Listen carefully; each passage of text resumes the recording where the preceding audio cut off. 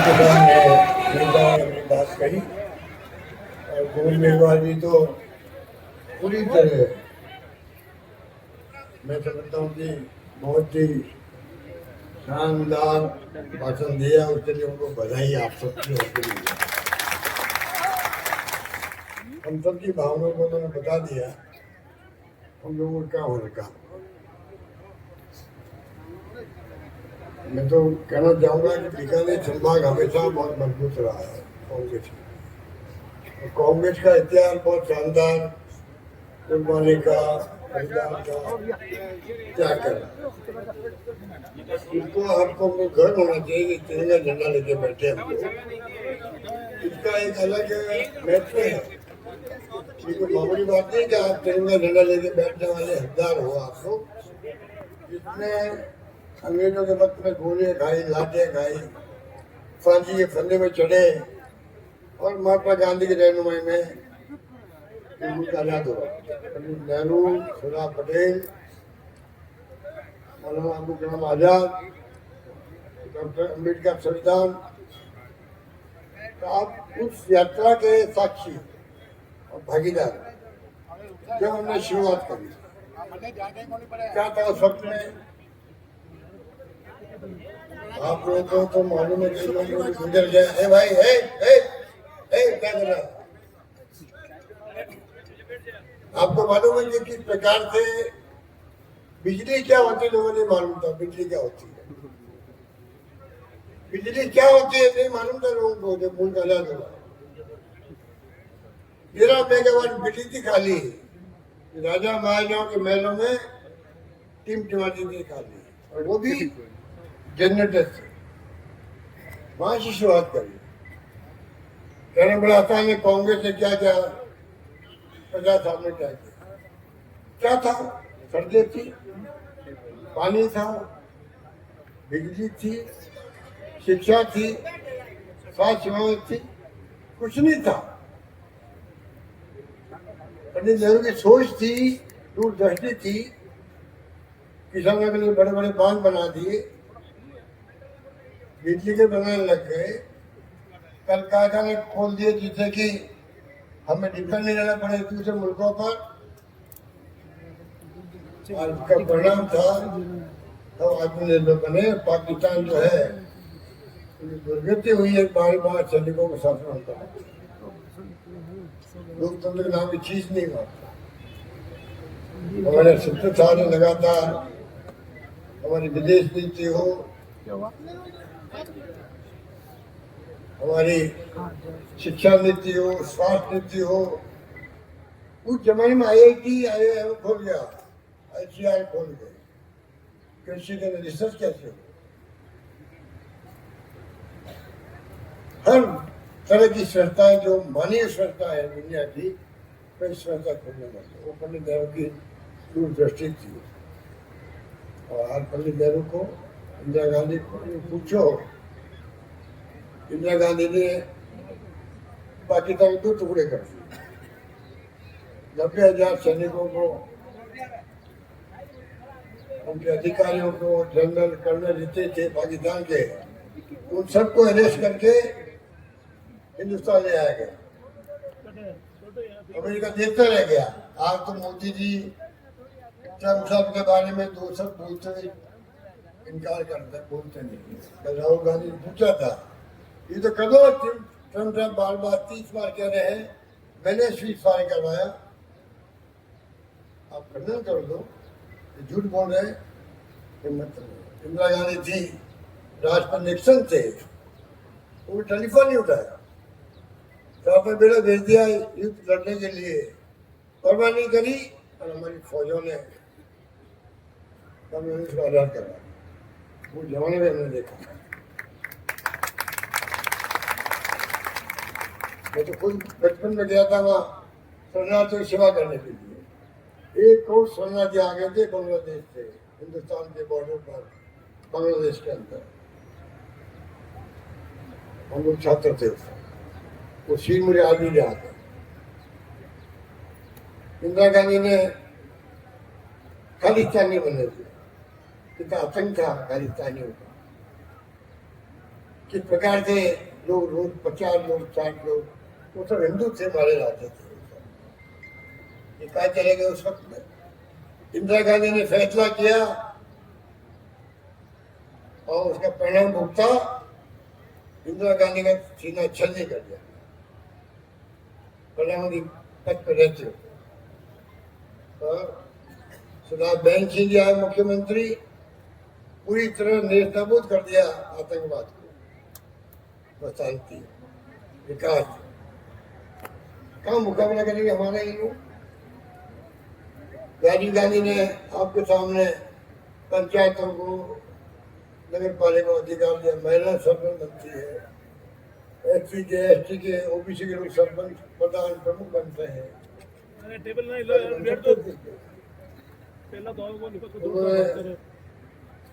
तो 74वां संविधान संशोधन किया, लाभ मिला।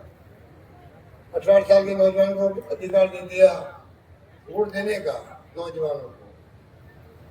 बड़ा क्रांतिकारी फैसला था। तो जो स्टेप उठाए गए हैं कांग्रेस के शासन के अंदर, उससे इतिहास नहीं बदल गया, भूगोल बदल दिया महाद्वीप का, बांग्लादेश बना गया। ये क्या बात करते हैं। सोनिया गांधी जी आई क्रांति हो गई। पहले अकाल सुधा पड़ता था। आपको मालूम है गाँव में क्या स्थिति होती थी। कोलायत हो क्या अन्य गाँव हो, मैं तो खुद कई बार आया हूँ वहाँ पर। गाँव को चारा का प्रबंधन करो, पीने का पानी मानकों के लिए, गाँव के लिए कितना भुगते थे हम लोग।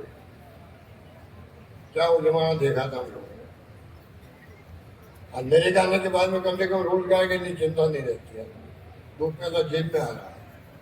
गांव में खर्च करता नरेगा का मजदूर, तो गांव में छोटे छोटे व्यापारी हैं, उनका व्यापार चलने लग गया। अब इनको कौन समझाए बातों को। हमारे मुख्यमंत्री जी की मिराज बन गई भजनलाल जी की। एक बार हमारे टीकाराम जूली जो नेता प्रतिपक्ष है, वो भी हमारे में एक बार समाज के हैं। उन्होंने कहा भजनलाल जी को, भजनलाल जी मैंने बात सुनी है, आप बुरा नहीं मानोगे तो बात बताओ। 2-3 बार पूछा उनको, मैंने यहाँ बताइए कि आपने कहा थोड़े दिन पहले कि मैंने नरेगा में बहुत काम करवाए लोगों से, खूब मजदूर लगवाए, टाइम पे पैसे दिलवाया, पता नहीं क्या क्या बोल रहे थे। तो आप तो सरपंच थे गांव के 2005 के अंदर, और नरेगा आया 2006 के अंदर। आप कैसे भी काम कर रहे हैं। पूरा हौसला ऐसी छूट गई। पक्ष विपक्ष सबके जो विधायक थे हाउस असेंबली के अंदर, सब हौसला रह गए। तो जो मोदी जी के बारे में कहा अभी तो मेघवाल जी ने, वही बात यह है, ये झूठ बोलते हुए इतने आत्मविश्वास से बोलते हैं। बार बार झूठ को बोलो, सच का एहसास होने लगता तो सच भी काम। कहने का मतलब है कि लगातार जो काम हो रहे हैं, गांधी परिवार के पीछे पड़े रहते हैं मोदी जी। तो पूछो 35 साल से गांधी परिवार का कोई आदमी न मंत्री, न मुख्यमंत्री, न प्रधानमंत्री बना। 35 साल। उसके बाद में हिंदुस्तान भर के कांग्रेस के कार्यकर्ता, कांग्रेस परिवार, वो सब तमाम लोग विश्वास किए परिवार के, ये हमारे साथ न्याय करेगा। कोई भाषा बोलने वाला हो, कोई जाति के बिरादरी का हो, कोई धर्म का आदमी हो, ये हमारी सोच है। गांधी परिवार के लोग अपना मानते हैं। अब इनको कौन समझावे। कभी गांधी परिवार को आरोप लगाएंगे, कभी नेहरू का आरोप लगाएंगे। इनको खुद को किसी को समझ नहीं है, इंटेलेक्चुअल नहीं इनके अंदर। ऐसी स्थिति बन गई है। और मैं कहता हूँ बार बार, जो इतिहास जो हमारा शानदार है, अगर आप उसको याद नहीं रखोगे, आप अपना इतिहास कभी नहीं बना पाओगे। मैं कह सकता हूँ। कौन समझा लोगों को। अरे सच्चे को स्वीकार करो, कभी है तो बताओ। आप कौन एमरजेंसी लगाई गलत काम किया इंदिरा गांधी ने। तो तारीफ तो करो कि 2 टुकड़े कर दिए पाकिस्तान के, पाकिस्तान ने बनने दिया। सच्चे नहीं बोलेंगे लोग। इसलिए मैं कहना चाहूंगा कि आज मैं कई बार कहता हूँ लोगों को, देश को जो कांग्रेस की है, तो सत्ता हमारे पास अभी नहीं है, पर देश में कांग्रेस पार्टी की संविधान में डॉक्टर अम्बेडकर ने बनाया था। बाबा साहब अम्बेडकर के संविधान की जो मूल भावना है, प्रियम्बल पढ़ा होगा आपने, वरना आप लोगों को चाहिए। आपके आशीर्वाद का परिणाम था, मुझे मौका मिला 3 बार। वो जाति का बेस में, मैं माली जाति का एक कार्यकर्ता हूँ। माली जानते हो कौन होता है? बगीचे का माली। बगीचा सुंदर बना रहे,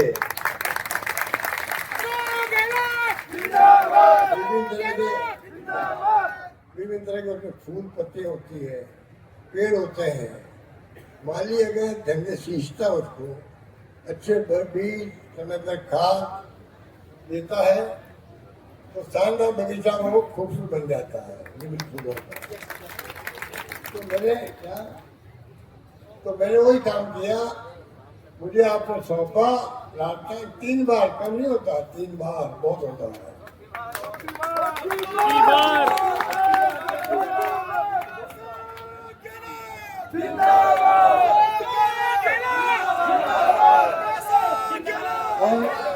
सुनो भैया, 4 बार में छोड़ो अभी, पहली सरकार लाओ। भैया 4 बार की बात छोड़ो, पहले सरकार लेके आओ। और जो स्कीम हमारी थी शानदार, मेरे पूर्व वर्ग को बता चुके हो, आप सब जानते हो, स्वास्थ्य की हो, शिक्षा की हो।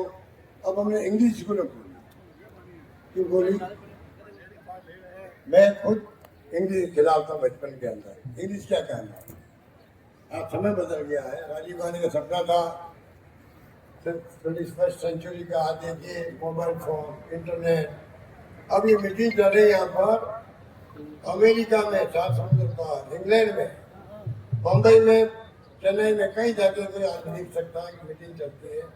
गोमिनाथी में एक बार फॉर्म आउट पे, और लोग कहाँ बैठा, क्या है? एक क्रांति है, एक क्रांति है।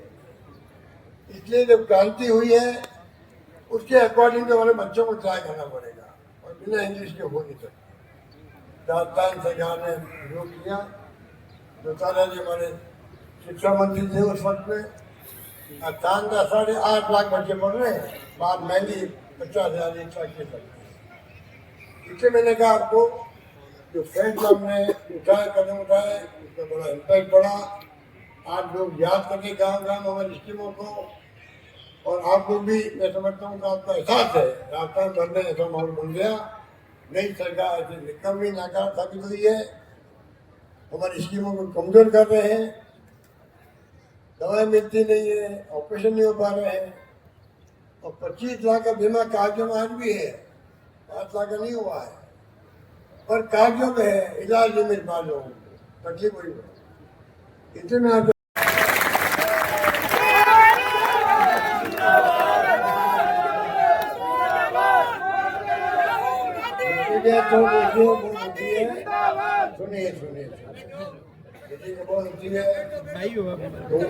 चुनाव में जीत पाए, पिछला जीत सकते थे, 25,000 थे, तो जीत सकते चुनाव 25,000 में। अच्छा संघर्ष किया, अच्छा आपने साथ दिया। आपने गंगानगर में सीटें जीताई हमारी। बीकानेर डिवीजन में काफी जंप हुआ पहले, मैंने 2.5-3 लाख में हारती थी पार्टी, और 50,000 से हारी का। बहुत बड़ा आपने जंप किया, मैं उसके लिए आपको धन्यवाद देता हूँ। उम्मीद करता हूँ अगले चुनाव तक ये जो बीकानेर संभाग है, तो चूरू हो, बीकानेर हो, हनुमानगढ़ हो या गंगानगर हो, ये पूरा संभाग जो है, ये पूरे जमाने में कांग्रेस में था। तो गलती हमसे हुई होगी, आप अलग हो गए, और हमें जो उपलब्धि मिलनी चाहिए थी वो कम हो गई। मैं चाहूँगा वापस जो आज वो मेघवाल फॉर्म आप आए हो, हजारों में तादाद, एक संकल्प लेके जाए, जहाँ उनका बस चलेगा। पूरे संभाग में आप कसम नहीं छोड़ोगे, कांग्रेस को कामयाब करने के लिए मैं आप सबको जो उसका मैं देखता हूँ आपने, आप तालियां बजा रहे हो, आप खड़े कर रहे हो, उसका आपने तब जाके आपने बैठे हो घर पर। इसलिए मैं आपसे यही कहना चाहूँगा, कृपा करके देश हित के अंदर कांग्रेस मजबूत होगी, कांग्रेस बचेगी तो देश बचेगा, एकजुट रहेगा। ये धर्म के नाम पर देश को डिवाइड कर रहे हैं, धर्म के नाम पर देश को कमजोर कर रहे हैं। धर्म के नाम को उपयोग करके मैं समझता हूँ सोनिया गांधी जय भीम, जय भीम, जय हिंद, जय भारत। कांग्रेस की सेवा करूंगा, मैं कुछ मिल करे या ना करूं, लेकिन जीवन भर पार्टी की सेवा करके लोगों को जगाने का काम करूंगा। मजाक हो गई, फर्जी लोग राजनीति में आ जाते हैं, खेला जानते नहीं, जनता की लड़ाई लड़ना जानते नहीं, और हम एमएलए बना दो। अरे बेटी, मोदी तो बोलता है झूठ, चाय बेचने की बात करता है, वहां स्टेशन नहीं था, ट्रेन ही नहीं थी, रेल के डिब्बे में बेचे। कभी कुछ झूठ बोलता है, कभी कुछ। मैं विदेशों में घूम लिया, अरे एक तरफ तो कहता है मैं भिखारी था, रोटी मांग के खाता हूँ, विदेशों में घूम लिया। लेकिन मैं हकीकत कह रहा हूं कि मेरा बाप समाज कल्याण के अंदर 87 थे, हमें दूसरी क्लास में समाज कल्याण हॉस्टल में डाल दिया। वहां हमारी खेत में बेचारी मेहनत करके विदाई करती थी, हम खेत से आते थे तो दूसरी में भर्ती लिया, और हम समाज कल्याण हॉस्टलों की देर आपके सामने खड़े हैं। ये कांग्रेस की, आपने हर व्यक्ति को आगे बढ़ने का मौका दिया। कौन से तुमसे ये बातें करते, इनको शर्म नहीं आती? तुम बराबर बैठा करके दलित को पानी नहीं पिलाना चाहते, तुम बराबर में उसको रोटी नहीं खिलाना चाहते, उसको तुंगा के बगैर बात नहीं करते, आपके पास में रहकर तुम अछूत हो जाते हो। तो मैं कई बार सोचता हूँ कि अछूत आपने कितना उसमें करंट है कि अगर कोई ऊंची जाति को उसके साथ खा लेता है तो अछूत हो जाता है। तो हम शरण जाति का झूठा खा रहे, फिर हम शरण क्यों मिले मेरे, ये समझो। मैं गलत कह रहा हूं? अरे भाई, हम बड़े बड़े लोगों के घर में रोटी खाई तो हम ऊपर क्यों नहीं हो रहे? मंदिर में जाते ही मंदिर फिर जाता है। अभी हमारे प्रतिपक्ष के नेता चले गए मंदिर में, एक बीजेपी का एमएलए, वो भला आदमी जाके मूर्ति को धो रहा है, अब मंदिर में नहीं जाए तो हमें कहते हैं राम विरोधी हो, और चले जाए तो फिर इनको बिना जल से धोना पड़ता। कौन से कुएं में पड़े, मैं तो यही समझ नहीं समझ। इसलिए हमें आप रास्ता बताओ कि कौन सा रास्ता है जिससे हमें स्वाभिमान की जिंदगी जिए। अन्यथा साहब, आने वाले समय में ये हालत हो जाएगी। वो धर्म 130 देशों में है, बहुत सारे लोग देखो, अखबारों में पता करो, न ज्यादा सूरज सूर्य वो धीरे धीरे सर करें। वो कौन था? क्षत्रिय था, उसने समाज को समझा, राजपाट छोड़ के बन गया। 130 देश में बहुत धर्म चल रहा है। ज्योतिबा फुले को पढ़ रहे हैं, वो लोग भी जो है इन चीजों में भरोसा नहीं कर रहे कि मतभेद क्यों। जिसका रथ चल रहा है पूरे देश में, और राहुल गांधी हमारे नेता है, उनके लिए भी ताली बजा के स्वागत करूंगा। राहुल गांधी, जिसकी दोनों घर में साथ, इंदिरा गांधी की गोलियों से छल नहीं कर दी बॉडी, लेकिन देश को नहीं टूटने दिया। राजीव गांधी बम से उड़ा दिए, और आज आप उनका पोता तो राहुल गांधी लड़ाई लड़ रहा है, उनके 40 मुकदमे कर रहे हैं। शर्म नहीं आती? ये बेशर्म लोग हैं। आज उनको देखते आंख में आंसू आता है। जिस परिवार ने देश के लिए बलिदान दिया, पंडित जवाहरलाल नेहरू ने अपने घर की प्रॉपर्टी, आजादी के टाइम में पैसा नहीं था, 90% प्रॉपर्टी भारत के नाम करती थी। तालियां बजा के स्वागत करते। आज मुझे हमी खाने का काम करते हो, शर्म नहीं आती? इसलिए मैं कह रहा हूं कि डॉक्टर अम्बेडकर ने, पंडित जवाहरलाल नेहरू ने, भगत सिंह ने अपने जो सरदार पटेल थे, वो संविधान कमेटी को फाइनल करते थे। उन्होंने संविधान में बनाने से पहले चर्चा हुई कि वोट ग्रेजुएट का हो या अनपढ़ आदमी का हो, फिर कहा कि महिला का वोट नहीं होना चाहिए। अमेरिका 100 साल आजादी के बाद में महिला का वोट माना है, लेकिन अंबेडकर असूर का बेटा था, दलित का बेटा था, वो हमारी पीड़ा जानता। तो हम उस वर्ग से आते हैं, हम बस्तियों से बाहर रहने के लिए मजबूर हो गए। एक मनु महाराज आए, मनुस्मृति लगा दी, महिला को पढ़ने का अधिकार नहीं है, दलित को स्कूल जाने का अधिकार नहीं है। ये तो भला हो ज्योतिबा फुले का दलित और महिलाओं को स्कूल में दाखिला देने का काम हुआ। सावित्रीबाई को सामाजिक भूत झेलना पड़ा, इसलिए हवाई जहाज सरकार का और 50 लाख के लिए दे दिया ठेके, 50 साल के लिए। अडानी और अंबानी को भेज दिया, जयपुर का भेज दिया एयरपोर्ट। इसलिए मैं आपसे निवेदन कर रहा हूं कि आपको तय करना है। आजादी की लड़ाई लड़ने वाली कांग्रेस, देश में डॉक्टर अम्बेडकर का संविधान लागू करने वाली कांग्रेस, बाबा साहब की 1956 में डेथ हो गई थी, उनका गुरु कौन था? ज्योतिबा फुले। दाद के कौन थे? माली। उन्होंने 1848 में महिलाओं के लिए पहली स्कूल खोलने का काम किया पुणे में, सावित्रीबाई ने। इसलिए सावित्रीबाई और ज्योतिबा फुले जी के लिए भी आप ताली बजा के स्वागत करें। मैं चाहूंगा एक बार आप सब, क्योंकि नारे बहुत जोर से लगा रहे हो, तो मैं भी चाहूंगा, मैं ट्रेड यूनियन से आया हूँ और नारे देख के मेरा भी जो भुजाएं हैं वो फड़कने लग जाती है। तो मैं चाहूंगा एक बार जोरदार नारा मेरे साथ, और वास्तव में मुट्ठी बंद करके हाथ पूरा स्टेट खड़ा करके मैं आपको नारे दूंगा। आप नारे लगाओगे? लगाओगे पक्का?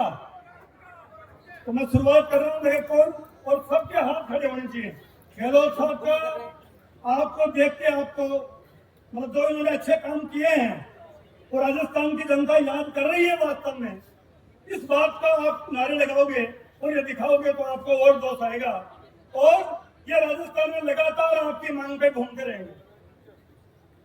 कांग्रेस पार्टी जिंदाबाद, कांग्रेस पार्टी जिंदाबाद, मल्लिकार्जुन खड़गे जिंदाबाद, मल्लिकार्जुन खड़गे जिंदाबाद, राहुल गांधी जिंदाबाद, राहुल गांधी जिंदाबाद, अशोक गहलोत जिंदाबाद, थोड़ा जोर से, अशोक गहलोत जिंदाबाद, अशोक गहलोत जिंदाबाद, गोविंदराम मेघवाल जिंदाबाद, गोविंदराम मेघवाल जिंदाबाद, बाबा साहब अमर रहे, अमर रहे, अमर रहे, बाबा साहब अमर रहे, अमर रहे, अमर रहे, महात्मा गांधी अमर रहे, अमर रहे, अमर रहे, हमारे नेता अमर रहे, अमर रहे, अमर रहे।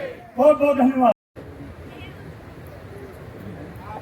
हम सबके दिलों में राज करने वाले, राजस्थान के गरीब के और आम आदमी के दिलों में बसने वाले परम आदरणीय अशोक गहलोत जी जो हमारे बीच में पधारे हैं। आप सब लोग जोरदार तालियों के साथ माननीय अशोक गहलोत जी का स्वागत करें। आज के कार्यक्रम के आयोजक और हमारे बीकानेर जिले के कांग्रेस के वरिष्ठ नेता आदरणीय गोविंदराम जी मेघवाल साहब, हमारे बीकानेर के बहुत ही वरिष्ठ नेता आदरणीय बीडी कल्ला साहब, लोखा विधायक आदरणीय सुशीला डूडी जी, हमारे बीच में विराजमान आदरणीय धर्मेंद्र सिंह जी राठौड़ साहब, पवन गोदारा जी, महेंद्र गहलोत जी, हमारे दोनों माननीय अध्यक्ष जिस्नाराम जी सियाग साहब और यशपाल गहलोत जी, रामनिवास कोकणा जी, डूंगरराम जी गैदर साहब जो हमारे सूरतगढ़ से विधायक हैं, सिमला नायक जी जो हमारे रायसेन अनूपगढ़ से विधायक हैं, डॉक्टर राजेंद्र मूण जी, श्री मंगलाराम गोदारा जी, सरिता चौहान जी और मंच पर विराजे हुए सभी कांग्रेस के वरिष्ठ नेतागण, बीकानेर जिले के कोलायत, खाजूवाला, नोखा, लूणगढ़, अनूपगढ़, श्री डूंगरगढ़, बीकानेर पूर्व, बीकानेर पश्चिम, 8 विधानसभा क्षेत्र के बहुत ही मान और सम्मान के योग्य पधारे हुए सभी कांग्रेस के हमारे सम्मानीय बुजुर्ग कार्यकर्तागण, सभी युवा साथियों, मैं आप सब लोगों का आज यहाँ माननीय अशोक गहलोत जी की सभा में पधारने पर दिल की गहराइयों से स्वागत करता हूँ और आप सब लोगों का बहुत बहुत आभार प्रकट करता हूँ कि आपने इस कार्यक्रम को गरिमा प्रदान की। साथियों, किसान भाइयों, मैं तो इतना ही कहना चाहूंगा कि संविधान के साथ किस प्रकार से खिलवाड़ भारतीय जनता पार्टी की केंद्र की और राज्य की सरकार कर रही है। इन्होंने संवैधानिक संस्थाओं को एक तरह से कठपुतली बना लिया है, चाहे इनकम टैक्स हो, चाहे सीबीआई हो, चाहे ईडी हो, चाहे चुनाव आयोग हो। और उसके साथ साथ ये ऐसे फैसले ले रहे हैं कि देश का आम आदमी देख रहा है कि संविधान नाम की चीज कोई हमारे देश में नहीं रही है। आप देखिए, पिछले दिनों भारत के उपराष्ट्रपति श्री जगदीप धनखड़ जी, जो हमारे राजस्थान से आते हैं, उन्होंने एकदम से इस्तीफा दे दिया। इस्तीफा दे दिया या इस्तीफा ले लिया, ये आज हिंदुस्तान का हर आदमी ये जानना चाहता है कि जिस व्यक्ति ने किसानों की बात की, जगदीप धनखड़ जी राजस्थान से आते हैं, किसान वर्ग से आते हैं, उन्होंने एक दो मंच पर बीजेपी के जो वादे थे, मोदी जी के वादे थे किसानों के संबंध में, उस संबंध में सार्वजनिक रूप से सरकार को नसीहत क्या दे डाली कि उनको 2 साल पहले ही उपराष्ट्रपति पद से हटने का एक तरह से आदेश दे दिया गया, उनको एक तरह से इस्तीफा ले लिया गया। ये कितनी बड़ी शर्म की बात है। हम सब लोग किसान वर्ग से आते हैं, क्या किसान वर्ग की बात करने वाला, चाहे उनकी पार्टी से जीते हुए महामहिम उपराष्ट्रपति थे, लेकिन उनको किस प्रकार से मजबूर कर दिया गया।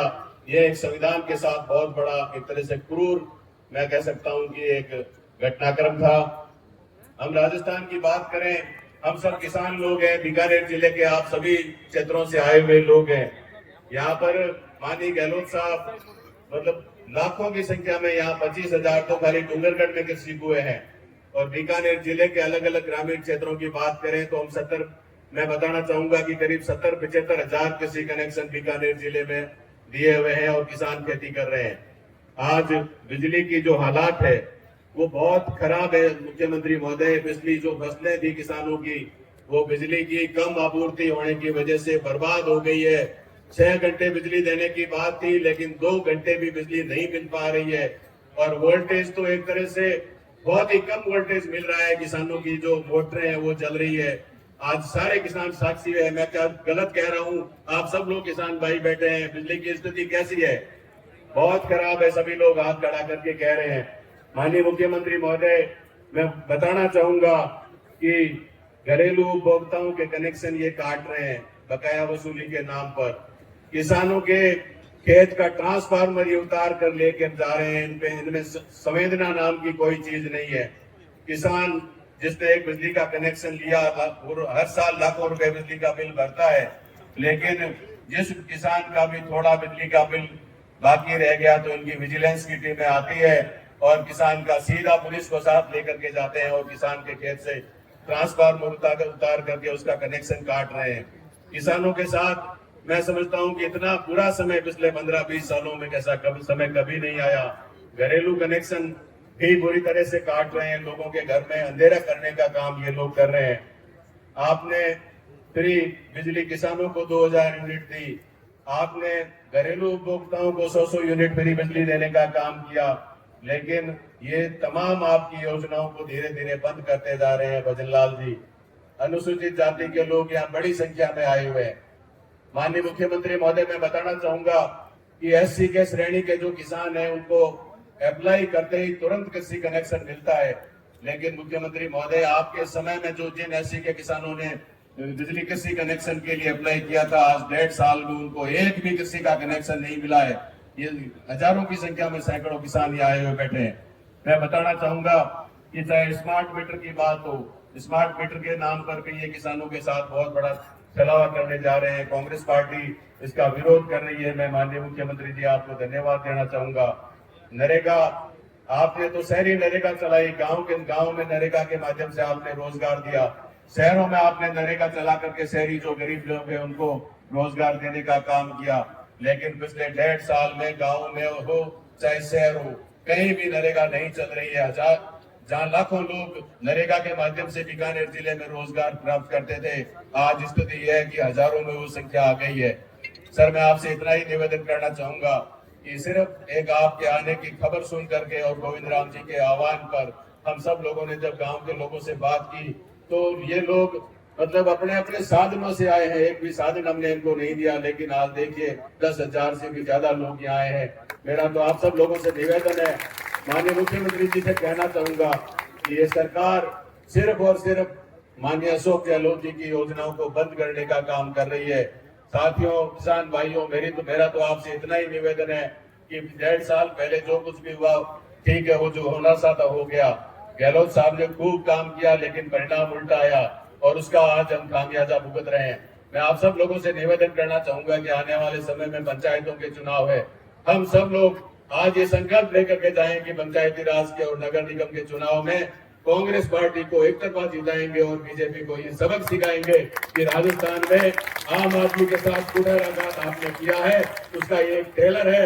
और आने वाले समय में कांग्रेस पार्टी के तमाम कार्यकर्ता हम सड़कों पर संघर्ष करेंगे और इस सरकार को के जो निर्णय है, जन विरोधी निर्णय, उनको वापस लेने के लिए दबाव बनाएंगे। उन्हें माननीय मुख्यमंत्री जी का, पूर्व मुख्यमंत्री अशोक गहलोत जी का मैं आभार प्रकट करता हूँ और आप सभी मोदियों से महंगे कांग्रेस के कार्यकर्ताओं को धन्यवाद देता हूँ। आप सबका बहुत बहुत आभार, धन्यवाद। जय हिंद, जय भारत, जय कांग्रेस।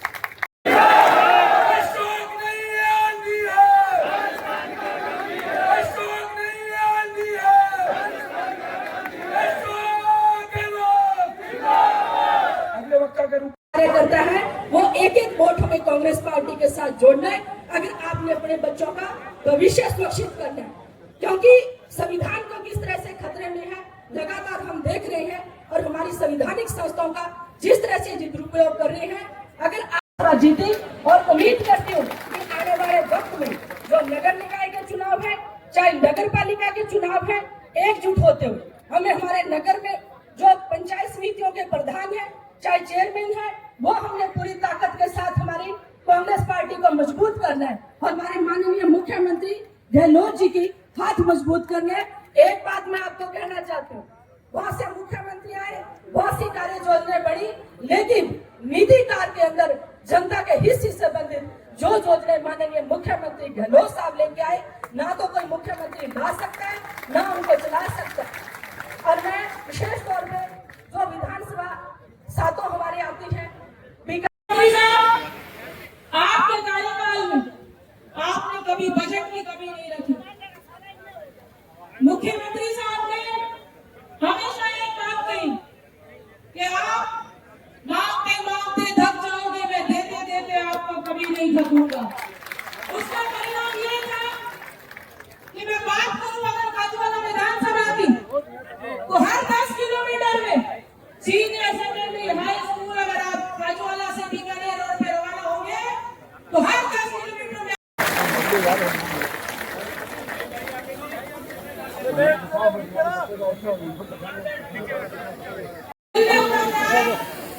वो नेता नहीं, विचारवान जाते हैं।